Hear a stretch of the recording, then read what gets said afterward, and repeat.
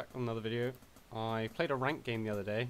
Not managed to get one of those in a while, but a guy called Acklin, or maybe she, called Acklin, on the ladder. And I decided, I mean, this person's like Division 2, for whatever that's worth these days. So I figured I'd give him a bit of respect to play a fairly standard build for me in AA3, which is just going to be a workshop opening. And this is actually a nice game to sort of demonstrate how to exploit sort of issues with your opponent's build order. So this is something that I think some people I've said before struggle with. You sort of have your build, but you need to know what you're looking for to just turn a build into your win. What are you looking to exploit with any given sort of move out? And you'll see this is quite popular with some of the sort of rush builds. It's quite clear what their goal is, right? It's just get in before they have any units. And I think Slam4 put up a video earlier today of a mech v mech game. And you could see what the win condition was and then how the game became fuzzy as soon as that win condition wasn't present anymore. So the raid is just going to poke in, and this is a little trick I've been picking up. Is part of my build is keeps a worker around here mining, and then you just circle the Gatling around the worker so they can't hit it directly.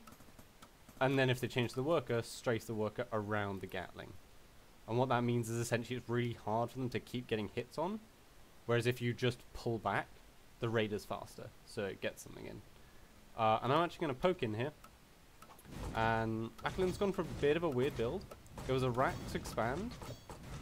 And you see I'm just pulling back with whoever's not shooting here. Just some basic micro. Looks like he's actually going for a Cata drop rush. In like a...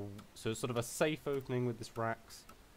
And then trying to get a Cata drop in and then a castle in. Which could be pretty potent, right? If it keeps me back and then allows him to drop in my base. Unfortunately for him, I'm actually putting a lot of like pressure onto these. I didn't actually realize he died there. I thought he got out, so I actually get paranoid about this later. So you can see he gets this advanced workshop out. Actually, that's the point. I thought that was a workshop, not an advanced workshop. So maybe it's not CAD drops? I think it is though. Yeah, there it is. Okay. Normally you want the workshop out before this.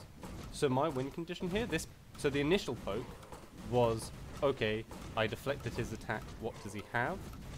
And you can see my next win condition, in that second fight I had up here, just trade damage, trade damage, trade damage, because I can pull back and repair, and I already know my micro is a bit better, so I can get better hits. And then this third push, all I'm doing, or all I was seeking to do, is make some more trades again, but I managed to pick off his units. He doesn't have anything. Okay, cool, that opens up my win condition.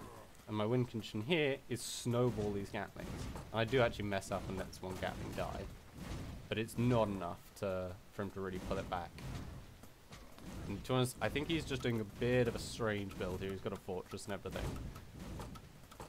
So that's kind of really what I want to demonstrate out of this game, is the difference between a sort of Division 2, sort of in air quotes, player, and sort of Division 1 to sort of Division higher than that player.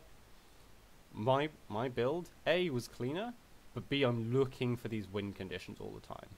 I'm looking for, right, where can I exploit this, where can I get that extra damage, and if I get that damage, what do I do with it, how do I snowball it? So maybe, that's something to consider when you're playing, is actually instead of just, okay, I'm moving out, it's I'm moving out to achieve this. If I do achieve it, cool, how do I push from there? And if I don't achieve it, how do I switch, keep on my toes, and continue the game? So maybe get a bit out of that mindless way of playing, and actually start thinking, what am I intending to do? And I'll see you guys in the next video.